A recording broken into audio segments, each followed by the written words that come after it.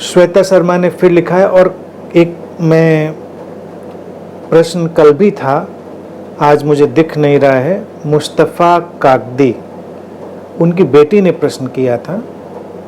तो जो श्वेता का प्रश्न है, करीब करीब मुस्तफ़ा जी की बेटी का भी यही प्रश्न था। वो माँ के संदर्भ में था, ये पिता के संदर्भ में। तो ये संतुलन बन गया, माता और पिता दोनों, एक तरफ माँ का उपद्रव, एक तरफ पिता का उपद्रव।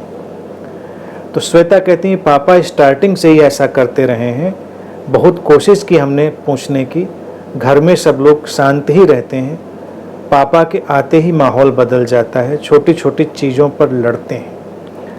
और मुस्तफ़ा कागदी जी की बेटी ने जो कल पूछा था,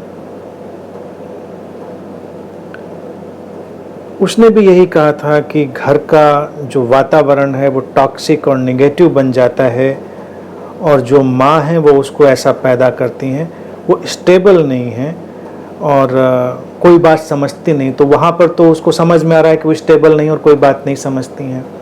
तो इस टॉक्सिक और नेगेटिव एनवायरनमेंट से कैसे बचें, एक तो ये उसने पूछा था। तो दोनों का उत्तर है, अगर वो सुन रही है तो वो भी सुने, मुस्तफ़ा जी भी सुने।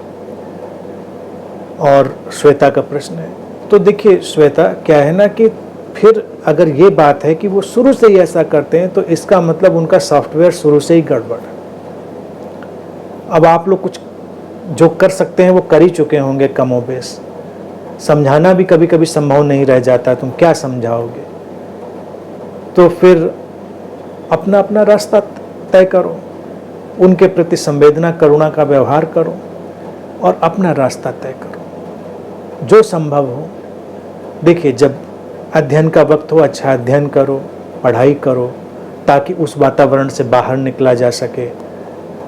जो भी सृजनात्मक सकारात्मक चीज़ें हैं उनको करिए, और फिर अपने अंदर उस ध्यानपूर्ण अवस्था को निर्मित करिए। सबसे बड़ा तो युद्ध यही होगा कि वो करते रहें, आप उसमें मत उलझिए, जितना संभव हो कम उलझिए। घर देखिए छोटे होते हैं, मैं समझता हूँ, तो ज़्यादा समस्या होती है। आजकल जैसे फ्लैट हैं, 2 कमरे 3 कमरे का घर है, लड़ाई झगड़ा हो तो जाएं कहाँ। घर बड़े हो जाएं तो थोड़ी समस्या कम हो जाती है। तो बहुत सारी समस्याएं तो आर्थिक रूप से हल हो जाती हैं। तो अर्थतंत्र को मजबूत करें जितना संभव हो। किसकी कैसी परिस्थितियां हैं ये उस पर निर्भर करता है।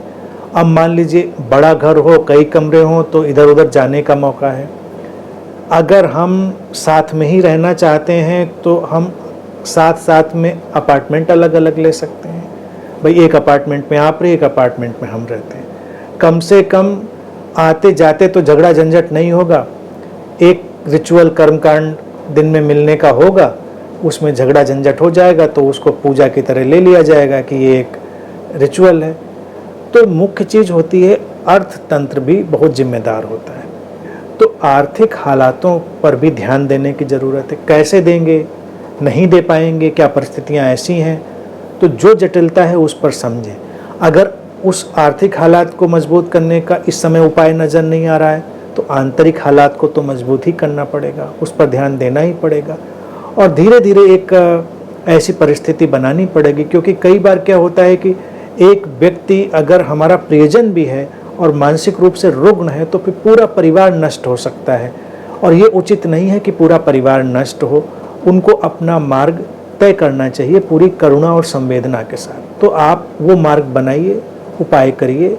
अगर आप सक्षम हैं तो वो उपाय करिए, सक्षमता ला सकते हैं तो वो उपाय करिए, और सर्वोपरि आंतरिक क्षमताएं तो विकसित करी ही जा सकती हैं तो उनको करिए। फिर धीरे धीरे प्रैक्टिकल रास्ते भी निकलेंगे, और ये तो एक विजडम बेस्ड प्रज्ञा आधारित रास्ता है, वो आप अपनाइए।